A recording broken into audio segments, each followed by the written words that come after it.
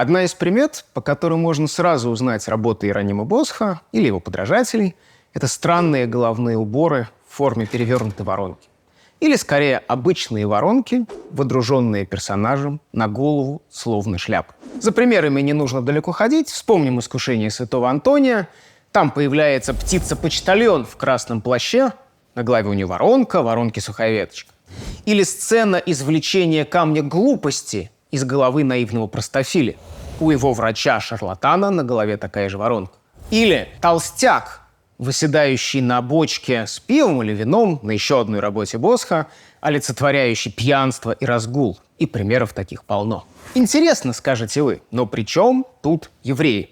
Вопрос легитимный, вы почти правы, но, возможно, все же не до конца.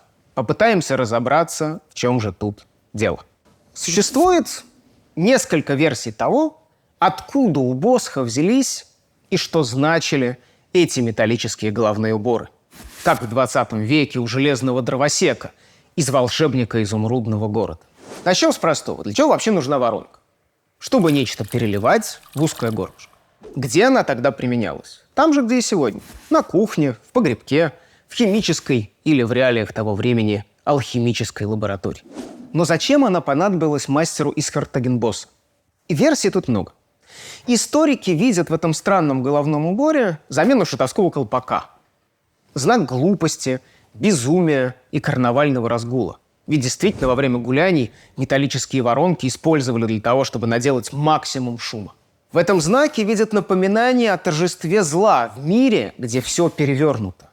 Ведь чтобы водрузить воронку на голову, как головной убор, ее требуется перевернуть. Дирк Бакс, один из самых внимательных исследователей босхианских миров и знаток нидерландской народной культуры, предположил, что воронка олицетворяла нестабильность, расточительность, распутство, пьянство. Почему? Потому что через нее все течет. Мысли растекаются, деньги вытекают, вино или пиво текут рекой, со всеми вытекающими последствиями. Потому и после Босха такая воронка регулярно появлялась на изображениях, посвященных карнавальному разгулу. И это неудивительно, ведь обильная выпивка – его вечный катализатор. Главный сюжет, который здесь стоит вспомнить – аллегорическая битва двух противоположных, но связанных друг с другом начал – карнавала и поста, разгульного веселья и аскетичной серьезности, обжорства и благочестивого самоограничения. Взглянем на один пример.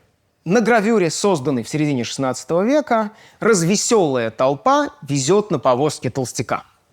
Он держит в руках вертел, на вертеле курица, на его шее ожерелье из сосисок, а на голове коническая шапка. Перед повозкой идет тощий человек в очках, и на его голове похожей формы воронка, из которой торчит павлинье перо.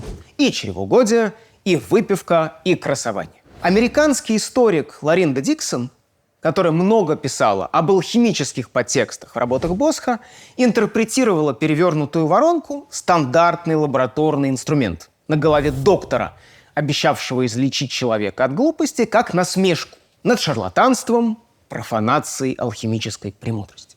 Версии разные, но вполне совместимые друг с другом. Остается вопрос, почему Босх превратил воронку именно в головной убор?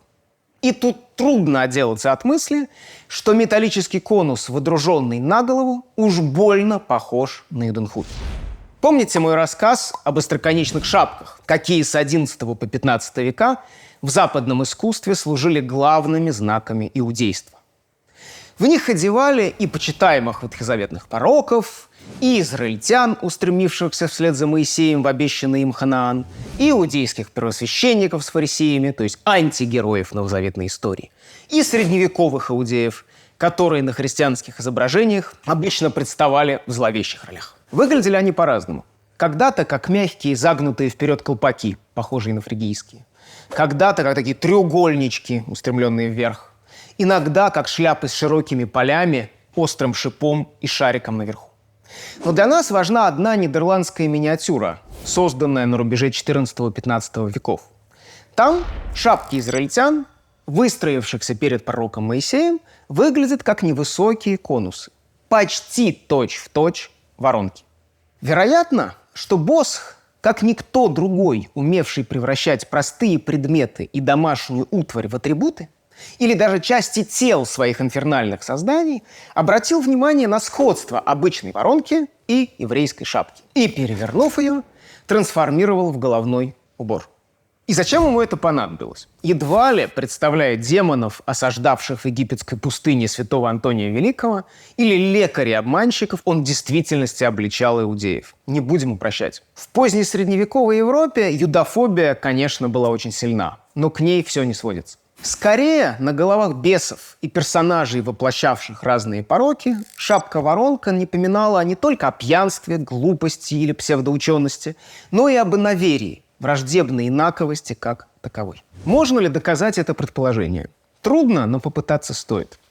На панели «Сей человек», который сейчас хранится во Франкфурте, Босх изобразил иерусалимскую толпу, требующую Пилата распять Христа.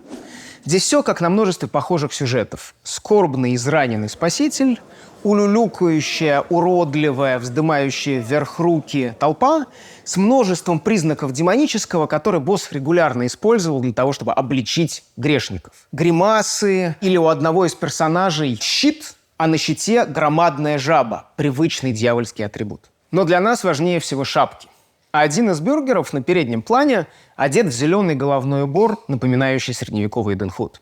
В глубине из-за спин выглядывает другой человек в металлическом шлеме с высоким шипом. Это словно бронированный вариант той же еврейской шапки. Такой головной убор, Эден Худ из металла, в мирах Босха редкость. Персонажей в воронках, вне всякой критики иудеев, у него множество.